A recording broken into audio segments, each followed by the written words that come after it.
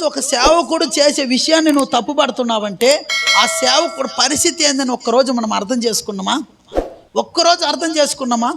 ఆ పరిస్థితి ఒక సేవకుడు మరి దేవునికి సేవకుడుకున్న ఒక అనుబంధాన్ని దేవుడు సేవకుడు ద్వారా మాట్లాడి కొన్ని కార్యాలు చేయమన్నప్పుడు ఆ కార్యాలు సేవకుడు చేస్తున్నప్పుడు ఆ కార్యాల విషయంలో కానీ సేవ విషయంలో కానీ నువ్వు తప్పు పడుతున్నావంటే, తప్పు చూపిస్తున్నావంటే దేవుని తప్పు చూపించినట్టే.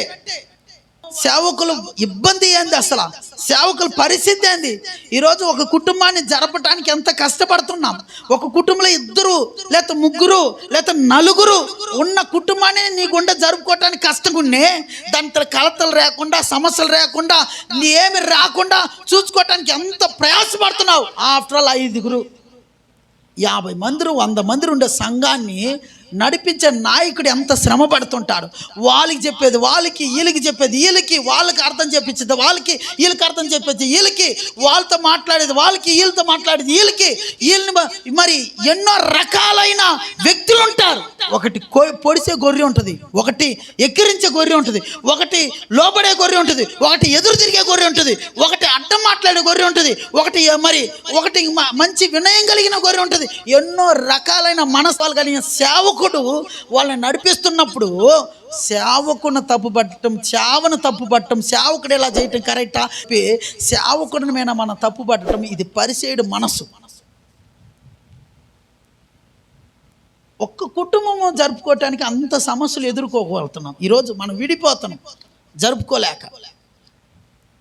ఒక దిక్క ఒక చోట మనం కాపురం చేయలేక మనం విడిపోతున్న కారణం ఏంది అని అంటే, మనము ఆ కుటుంబంలోనే వచ్చి ఒక్క రక్త సంబంధంలోనే మనం జరుపుకోవటానికి కష్టపడుతున్నప్పుడు రకరకాల వ్యక్తులు వచ్చే సంఘం అందరిని అండర్స్టాండింగ్ చేసుకోవాలి కదా. అందరినీ అర్థం చేసుకొని అందరికి తగినట్టు పోతున్నప్పుడు పైకి మాత్రమే అండి సేవకుడు తెల్లని వస్త్రాలు వేసుకొని బాగా ఘనత పొందుతానని మనం అనుకుంటాం. వెనక ఎన్ని విమర్శనాలు, ఎన్ని మంది ఏం మాట్లాడతాడు, ఎన్ని మంది ఎన్ని అవమానపరుస్తారు, ఎన్ని మంది ఎన్ని ఎగతాలు చేస్తుంటారు, ఎన్ని మంది ఎంత ఇబ్బంది పెడతారు, అన్ని భరించుకొని సంఘాన్ని నడిపించేవాడు సేవకుడు. చూసేవాళ్ళు ఎన్ని చెప్పొచ్చు, వచ్చేవాళ్ళు ఎన్నైనా తప్పు నేరం మోపొచ్చు, తప్పు చూపించవచ్చు. కానీ ఎప్పుడు గుర్తుపెట్టుకో, ఎవరికి ఆ బాధ, ఎవరికి ఆ కష్టం ఉందంటే ఆ స్థానంలో ఉన్న వారికి, ఆ పని చేసే వారికి ఎన్నో విమర్శనాలు, ఎన్నో సమస్యలు అన్నీ ఎదుర్కొంటున్నా అనేది గమనించు. మా పాస్టర్ని కూడా ఒకసారిలో నేను తప్పట్టిన కొన్ని విషయాలు. ఇప్పుడు నేను ఆ స్థానానికి నేను వచ్చినాక వరే పాస్టర్గా ఉంటే ఎంత శ్రమ ఉంటుంది, ఎంత బాధ ఉంటుంది, ఎంత కష్టం ఉంటుంది ఇప్పుడు తెలుస్తుందిరా. ఒకరోజు నేను మాట్లాడిన రోజు ఉంది. ఈరోజు నేను ఎందుకు మాట్లాడినా అనిపిస్తుంది. ఆయన మాట్లాడిన వల్ల అప్పుడు ఆయన బాధ నాకు అర్థం కాల, ఇప్పుడు ఆయన బాధ నాకు అర్థమవుతుంది. ఎందుకంటే ఎంత కష్టం ఉండేది ఇప్పుడుదా తెలుస్తుంది. సేవలో ఒక సంఘాన్ని నడిపించాలంటే ఎంత కష్టం ఉంటుంది.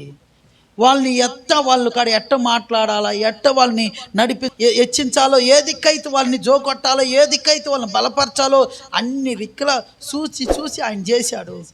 ఈరోజు నేను అట్లా చేస్తేదా సంఘం నిలబడద్దు అనేది ఎప్పుడు గ్రహించిన అంటే ఆ స్థానానికి వచ్చినప్పుడు గ్రహించిన. అంతదాకా తెలీదు దాని కష్టం. జరిపించోడికి తెలుస్తుంది దాని కష్టం.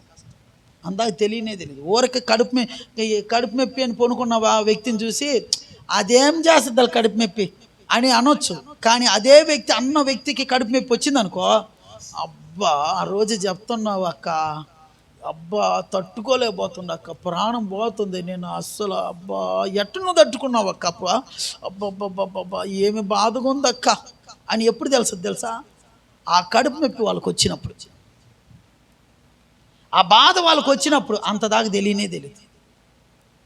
ఆ కష్టం వాళ్ళకి వచ్చినప్పుడు, ఉన్నది ఉన్నట్టుగా వాక్యం చెప్తున్నప్పుడు ఎన్ని గాయాలు ఉంటాయి తెలుసా సేవకులకే.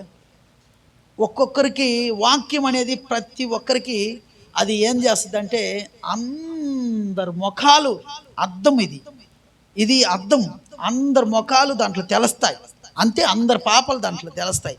పాపాలు తెలిసిన వారందరూ కూడా సేవకుని నిన్ను విమర్శిస్తారు, సేవకుని నిన్ని అంటారు, సేవకుని నిన్ని మరి ఎన్నుపోట్లు పడుస్తారు, సేవకుని ఎంత మరి మాట్లాడతా ఎంత మేము భరిస్తూ అయంత ఓర్చుకుంటూ అన్నింటినీ సగించుకుంటూ పెట్టినా పెట్టకపోయినా ఇచ్చినా ఈగిపోయినా ఇంత తాగినా తాగపోయినా సేవకుడు పరిచర్య చేస్తుండంటే దానికి మనం ఎట్ట అనుకోవాలి తెలుసా? మన సేవకుడు, నా సేవకుడు ఎటువంటి వాడు తెలుసా? అన్ని కష్టాలు, అన్ని బాధల్లో, అన్ని శ్రమల్లో తట్టుకొని మా కోసము సేవ చేస్తుండయ్యా. మా సేవకుడు లాంటి సేవకుడు మాకు దొరకలేదయ్యా అని అట్ట సంతోషపడే మనసుగా ఉండాలి. కానీ విమర్శించే మనసుగా, తప్పు చూపించే మనసుగా నువ్వు ఉంటే నిజంగానే నువ్వు సంఘం మీద ప్రేమ లేదు, సేవకుడి మీద ప్రేమ లేదు. నీకు నిజంగానే సంఘం మీద ప్రేమ ఉందంటే నువ్వు సంఘం విషయంలో ప్రేమ కలిగి ఉంటావు, సంఘాన్ని విమర్శించవు, సంఘాన్ని తప్పు పట్టవు. నిజంగానే నీకు సేవకుడి మీద ప్రేమ ఉంటే నువ్వు సేవకుడిని తప్పు పట్టవు, సేవకుడిని విమర్శించవు, సేవకుడి విషయంలో నువ్వు ప్రేమ కలిగి జీవిస్తావు. ఎవరన్నా అన్నా కానీ మా సేవకుని అట్టు అనొద్దండి, ఏంది మా సేవకుని అట్టు అంటారు, మా సేవకుడి గురించి మీకేం తెలుసు అని అనగలుగుతావు. ఎప్పుడు తెలుసా? సేవకుడి మీద ప్రేమ వచ్చినప్పుడు, సేవకుడి మీద నీకు అభిమానం కలిగినప్పుడు, సేవకుడి మీద నీకు ఆసక్తి కలిగినప్పుడు, సేవకుడి మీద నీకు ప్రేమ కలిగినప్పుడు తప్పనిసరిగా ఆ సేవకుడి గురించి బయటోడు మాట్లాడుతుంటే ఒప్పుకోవు. అదే కానీ సేవకుడి మీద నీకు ప్రేమ ఎప్పుడు తరిగిపోద్దో, ఎప్పుడైతే సంఘం మీద నీకు ప్రేమ తరిగిపోద్దో, బయటోళ్ళు నీ సంఘం గురించి మాట్లాడినా, బయటోళ్ళు నీ సేవకుల గురించి మాట్లాడినా నువ్వేం చేస్తావో తెలుసా? దాంతో కూడా మద్దతు ఇచ్చి మాట్లాడతావు. అవునయ్యా, మా ఏదయ్యా మేము ఏం చేయమంటావు, మా సేవకుడు మేము అడగలేక ఎదిరించలేక ఆయన్ని అట్టయ్యా మేము ఏం చేయమంటా, మేము వచ్చేసినాము, మేము పోతున్నాము, పోకపోతే ఎట్ట, ఇంకా అందుకోసము ఏం చేయమంటారు అట్టయ్యే అని ఇట్ట మాట్లాడతారు. ఎదిరి లేదని ఎట్ట చెప్పగలుగుతావు? నీ హృదయంలో ఎప్పుడో ఎదిరిచ్చేసిన. బయట వాళ్ళు మాట్లాడుతుంటే ఒప్పుకోవు. నిజంగానే ప్రేమ ఉంటే, నిజంగానే సంఘం మీద ప్రేమ ఉంటే, సేవకుడి మీద ప్రేమ ఉంటే నువ్వు ఎట్ట మాట్లాడతావు తెలుసా? అట్ట మాట్లాడొద్దన్నా, తప్పది. సేవకుడు మనం మాట్లాడితే అది దేవుడు శిక్షిస్తాడు. అట్ట మాట్లాడొద్దుయా బాబా, తప్పది. నువ్వు అట్ట మాట్లాడితే మనకే శాపం.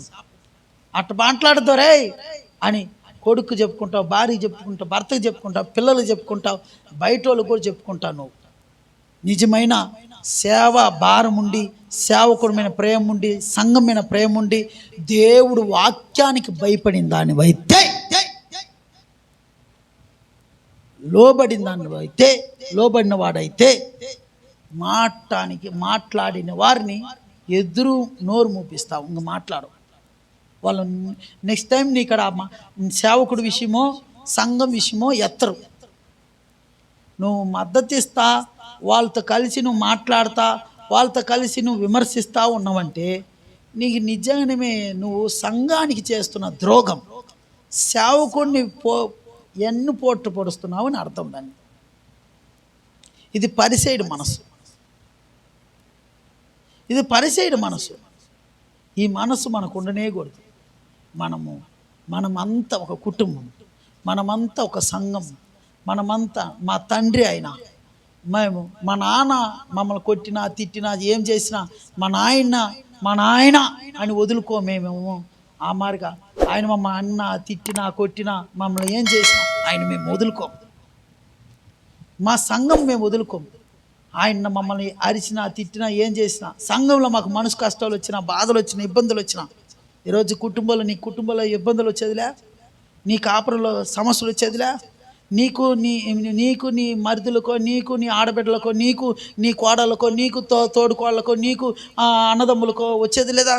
అప్పుడు నువ్వేం కుటుంబాన్ని చీల కొట్టుకుని పోతున్నావా, వదిలిపెట్టిపోతున్నావా? కాదు కదా. ఏంటికి? నా కాపురం, నా తమ్ముడు, నా అన్న, నా చెల్లి, నా నాయన, మా అమ్మ, మా వదిన, మా అక్క అని నువ్వు ఎట్ట అనుకుంటావు. మందిరం కూడా అదే. నా చర్చి, నా సహోదరులు, నా వారు, నా యేసుక్రీస్తు రక్తం చేత కడగబడిన ఒక గుంపు మేము ఏమున్నా కానీ చర్చి విషయంలో మేము ఒద్దిగ్గా ఉంటాం, సేవకుడి విషయంలో ఎప్పుడు మేము ప్రేమ కలిగి ఉంటాం అనే మనసు, ఇది దైవికమైన మనసు, ఇది దైవికమైన ఆలోచన. అట్ట కాకుండా నువ్వు అన్యులలాగా ఆలోచిస్తున్నావంటే ఆత్మదేవుడు నీలో లేడు. సాతానుడు నిన్ను, పరిసేయుడు మనస్సు నిన్ను పట్టి పీడిస్తుందని అర్థం